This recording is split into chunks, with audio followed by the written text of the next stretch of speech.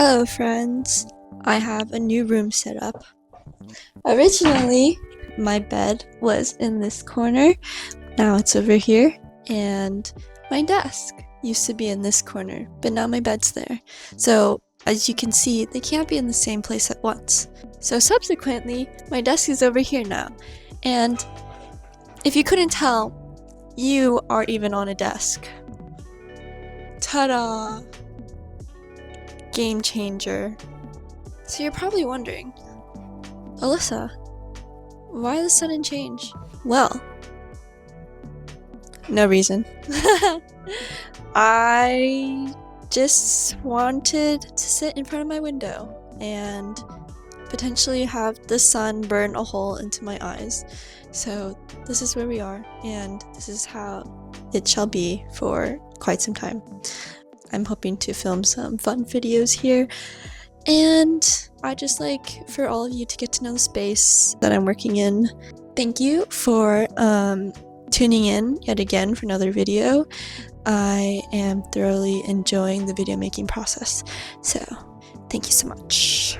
While we still have a few more minutes of sunlight, I'm going to attempt to film as many clips as possible of my clay stuff. So gear up. I'm going to do as much as I can. This is why filmmaking is a little bit stressful, I suppose, but I'm energized and I'm ready. I hope you are too,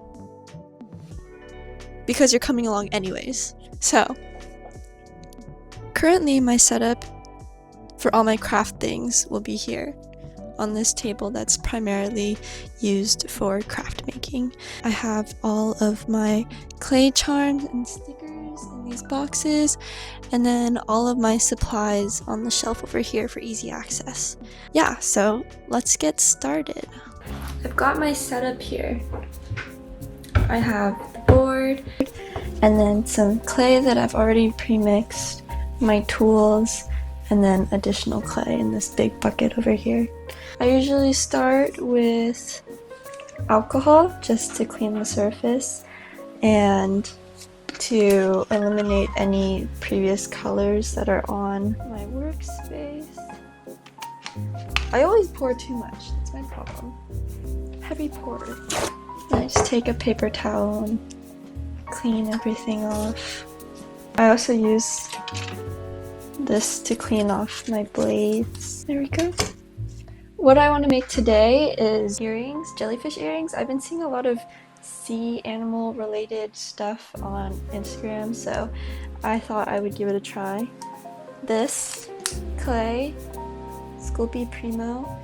People say that they don't like this clay very much because it's very firm, but I find that if you mix it with other clays, you can get the firmness that you want. And so if you like accidentally nudge your clay piece, it won't, alter the shape. So that's why I recommend this brand of clay. I use it for basically everything. I mix it into all these clays here. But I have one that I already opened, so I'm going to use this one. And I always cut a piece of clay. I want to make a blue one today.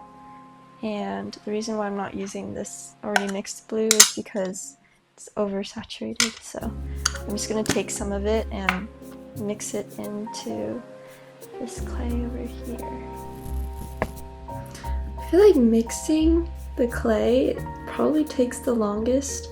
I usually have a TV show or something playing, but because I'm filming today and all my devices are being used, I guess I'll talk to you, my friends. So lately I've been thinking about who I am as a person, which is always a fun existential question. But I think last week my dad asked me, if you had to give up art forever, what would you do instead with your time? Which was like a very standard question. I think he was just trying to see what other interests I have, and if there were any interests that would precede my love for art. And I thought about the question, and my response was, if I had to give up art, I would probably kill myself. Part of me was joking, but part of me also thought about how art is a big part of my identity, and you know, growing up as a kid who's always carrying around a pencil and a notepad of paper, it's something that's really defined me over the years. I think without it, I wouldn't be the same person. It's formed a lot of my experiences, a lot of my friendships, a lot of my time alone with myself. What I'm doing is usually just making things. So I really appreciate to have found that so young. It kept me entertained for a long time and honestly made me who I am today. So I'm very thankful for that. Okay, now that I have a very lightly mixed clay, I'm going to form it into the shapes that I need. I want it to be like earring size compared to, you know, like my other things like these keychain seals. These are quite massive, to be honest. Quite cute though.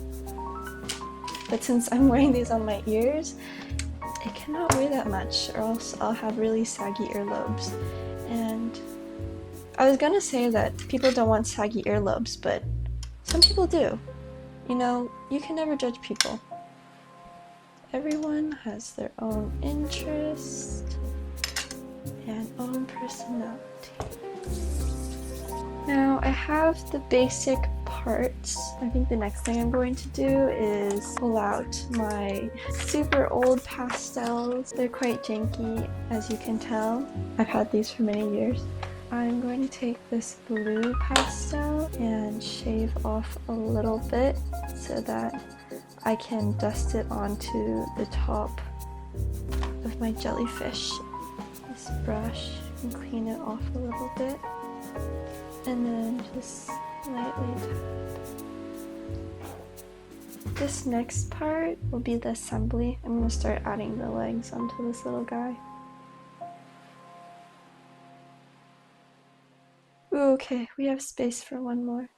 So now we have this little lovely octopus shape. Now that we've got our two little octopuses, we need to... Is it octopuses or octopi? I never know. Then we have to add some hooks inside of them so that we can make them into earrings. There we go. Now we've got our two little octopi. I'm just gonna go with that. These have to go into the oven to bake. You'll see that right now they're kind of whitish. When they bake, they'll turn a little bit more translucent. And then after that, I plan on painting on the details and potentially a face. You may be wondering, Alyssa, why are you outside now? The answer is because there are toxic fumes from baking clay and also resin stuff, which I have not been the safest with. But we are out here, oven plugged in, and ready to bake.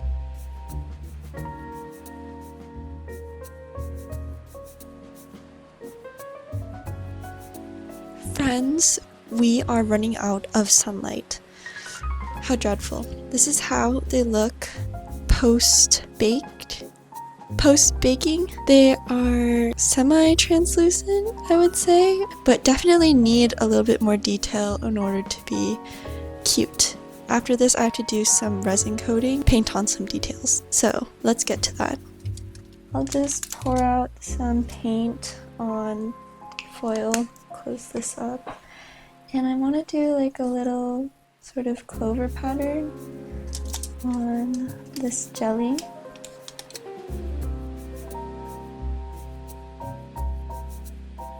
There we've got a little clover pattern. I have the charms painted, just have to let them dry. After this, coating with resin. This is all my resin stuff. We have a newly bought face piece. It's basically a filter to filter out the fumes of resin. My UV resin light, some tools, and the resin. I have the instructions here for how to properly wear the mask.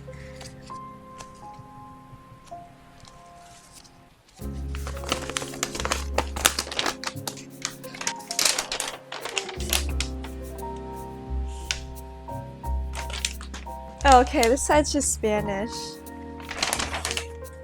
Okay, we're definitely gonna run out of light by the time I figure this out. So, I'll check back in a minute. If I look stupid, it's because I don't know what I'm doing. Oh! I think we did it! Ask gloves.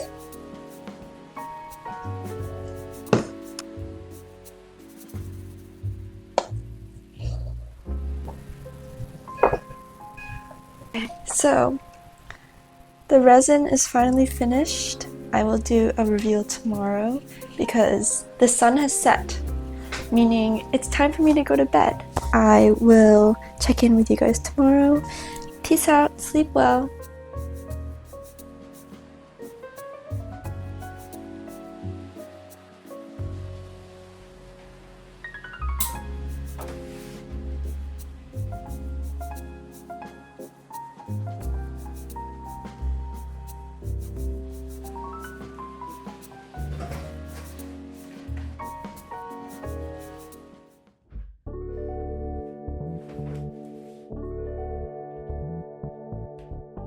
So, we finally made it. Look at the earrings, they're beautiful.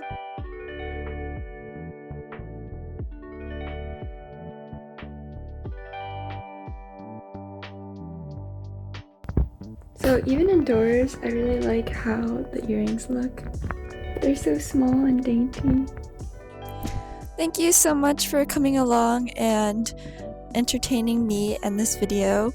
I really enjoyed the process of making these earrings, and I hope you did too. So thank you so much, and I'll see you soon.